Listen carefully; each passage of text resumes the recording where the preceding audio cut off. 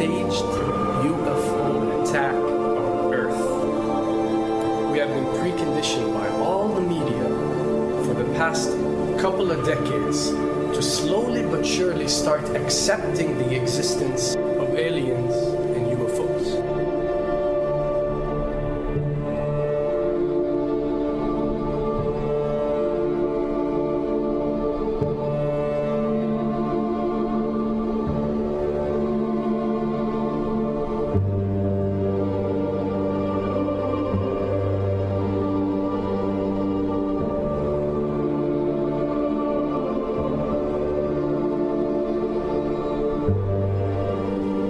I can tell you right now that 99% of every UFO sighting that has ever taken place has actually not been an unidentified flying object, because this has always been military technologies.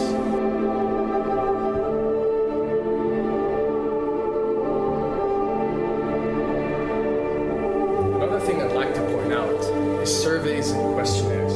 You know, we get surveys and questionnaires all the time, sent out by the state or by the government or by our rulers and our officials and so on and so forth. Do you really think that these ruling powers care about what you think? Do you really think that they're waiting to ask you and receive your answer before making a decision? What happens with these questionnaires is that they are released. For example, what country do you think the US should attack next?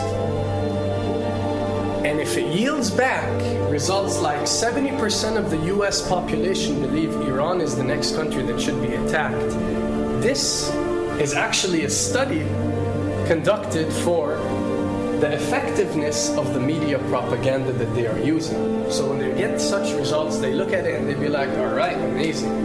Our media propaganda is working. We are purposely trying to manipulate people to think that Iran should be the next one. And check out the survey results. We're doing a great job in propaganda.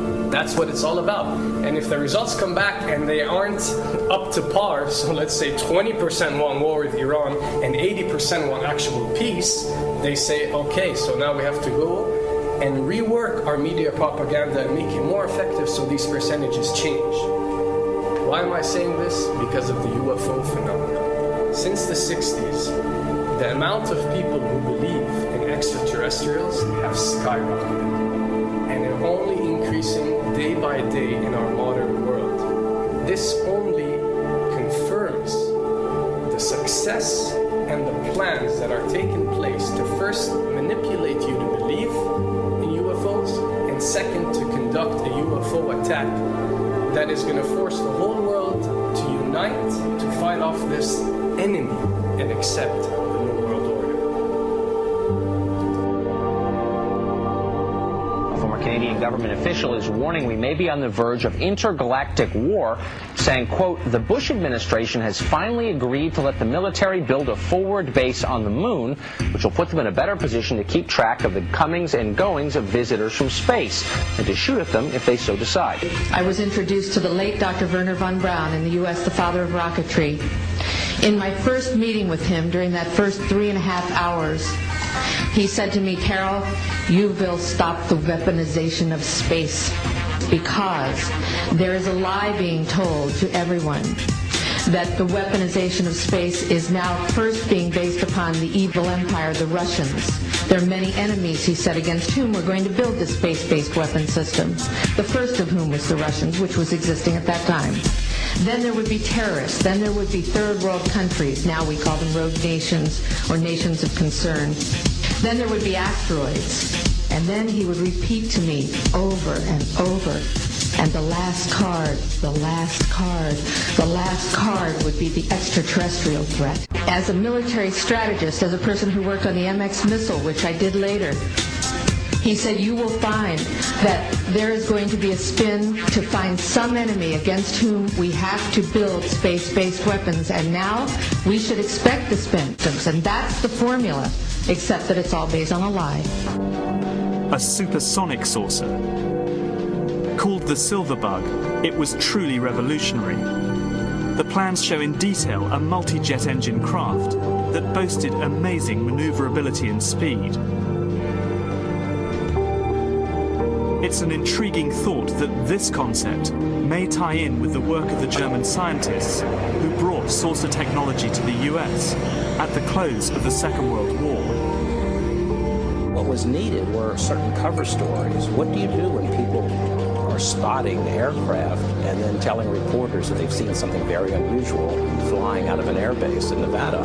And frankly, this was the origin of a lot of the sightings that took place in the mid-50s, 1954, 55, 56, of unidentified flying objects, the UFOs. So the CIA was involved in encouraging people to believe that, yes, they saw UFOs, and the CIA and the military tried to be very helpful to reporters to get these stories out, to divert the attention of the country, particularly the people in this region, about what they had actually seen. Mexican Air Force pilots capturing on videotape what are said to be 11, count them, 11 UFOs. The Mexican Air Force has released a video that some of you are going to find difficult to believe. A journalist says it shows images of UFOs tracking a Mexican military plane. So what's the truth about UFOs? The story of successive attempts to develop radically new forms of flight, conducted under the strictest secrecy, is inextricably bound up with our relationship with UFOs over the last 60 years. Whether it's Allied pilots buzzed by strange balls of fire in 1942, or the Roswell incident 5 years later, there is a strong case to be made that secret military technology offers a convincing explanation for many UFO stories. Anytime the government has secrets that they can keep from us, they can manipulate us by those secrets. In essence, they still remain 25 years at least ahead of us in technology, information, and knowledge, and secrets, and they are using them against us.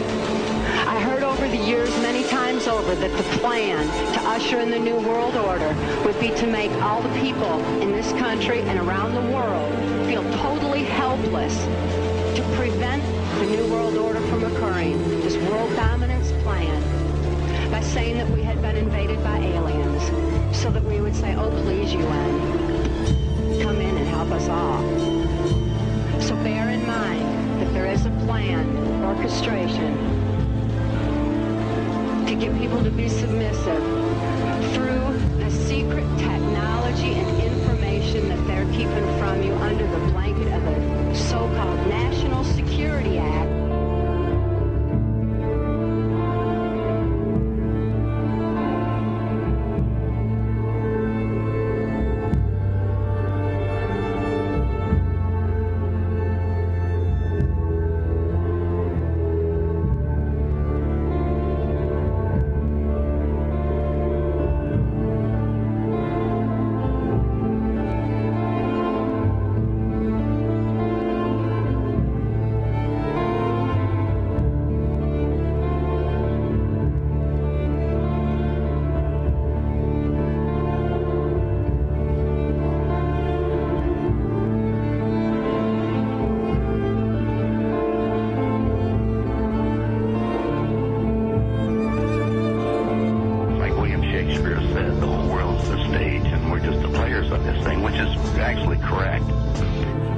Perhaps we need some outside universal threat to make us recognize this common bound. I occasionally think how quickly our differences worldwide would vanish if we were facing an alien threat from outside this world.